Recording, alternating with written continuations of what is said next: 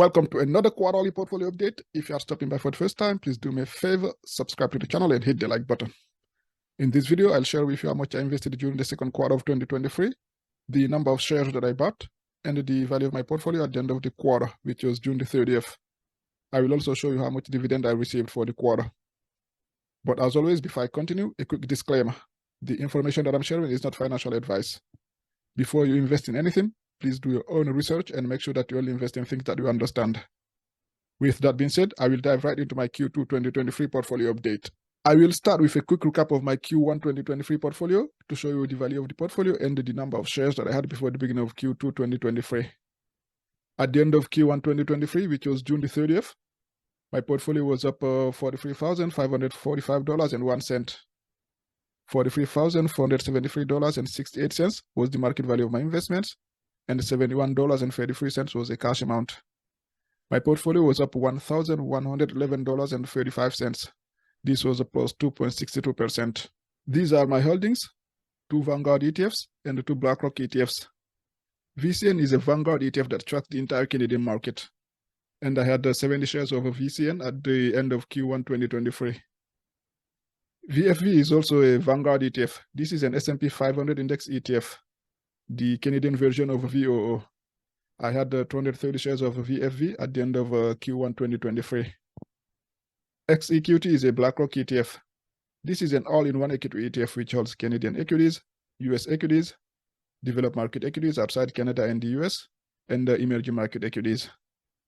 I had 368 shares of XEQT at the end of Q1 2023. XUU is also a BlackRock ETF that tracks the US total market, and I had 208 shares of XUU at the end of Q1 2023. I will now show you how much I invested during the second quarter of 2023 and the number of shares that I bought. I bought 6 shares of VCN. The cost per share was $41.09. The total cost, $246.53. This was 9% of the amount that I invested in Q2. I bought 14 shares of VFV. The cost per share was $99.32. The total cost, $1,390.41.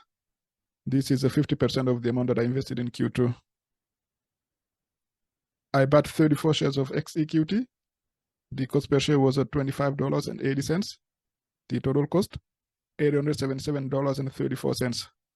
This is 32% of the amount that I invested in Q2. I bought 6 shares of XUU. The cost per share was $41.52. The total cost, $249.11. And this is 9% of the amount that I invested in Q2.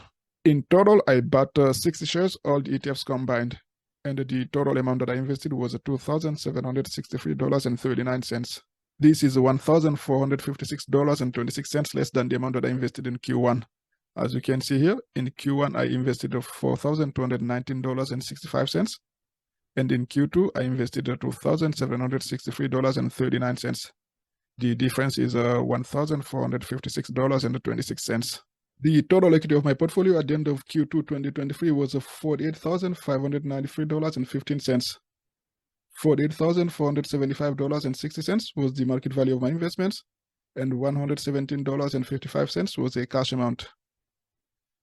My portfolio was up $3,349.68, and this was a plus 7.42%. At the end of Q2 2023, I had 76 shares of VCN. This was 6.39% of the market value of my portfolio. 244 shares of VFV. This was 52.47% of the market value of my portfolio. 402 shares of XEQT. This was 21.67% of the market value of my portfolio. And 214 shares of XUU. This was 19.23% of the market value of my portfolio. I will now show you how much dividend I received for the second quarter of 2023. In order for you to receive an upcoming dividend payment, you have to be the shareholder on the record date. I had the 76 shares of VCN on the record date. The dividend amount per share was 31 cents. The dividend amount that I received was $23.38. This was 11% of the dividend amount that I received in Q2. I had 244 shares of VFV on the record date. The dividend amount per share was 32 cents. The dividend amount that I received was $78.93. This was 39% of the dividend amount I received in Q2. I had the 402 shares of XEQT on the record date. The dividend amount per share was 20 cents. The dividend amount that I received was $80. This was also 39% of the dividend amount I received in Q2. I had the 214 shares of XUU on the record date. The dividend amount per share was 11 cents. The dividend amount that I received was $22.68. This was 11% of the dividend amount that I received in Q2. The total amount of dividend that I received in Q2 2023 was $204.99. This is $43.48 more than the amount that I received in Q1 2023. As you can see here quickly, in Q1 I received $161.51, and in Q2, $204.99. The difference is a plus $43.48. This is the first time that I have hit $200 dividend payment in one quarter, and I expect this amount to grow in the future, so I get even more money to invest. Actually, I reinvest every dividend payment I receive right away and keep the money working. The stock market has been doing well so far this year. At the start of 2023, my portfolio was down minus 3.52%. And at the end of the first half of the year, which was June the 30th, it was up plus 7.42%. This is an increase of almost plus 11%, plus 10.94% to be precise. That's a nice rebound in 6 months. The so-called recession that many experts said would happen sometime in Q1 2023 did not happen, and the stock market is marching up, at least for the time being. As J.L. Collins, the author of The Simple Path to Wealth, likes to say, the stock market is on its relentless rise. Whether this upward trend will continue for the remainder of 2023 remains to be seen. As you may know, the stock market is really unpredictable and no one knows for sure what's going to happen. As for me, I will stay the course, keep investing consistently, and focus on the long term. Alright, feel free to leave a comment below. Please like the video and subscribe to the channel. Thank you for watching. I'll see you next time with another update. Peace out.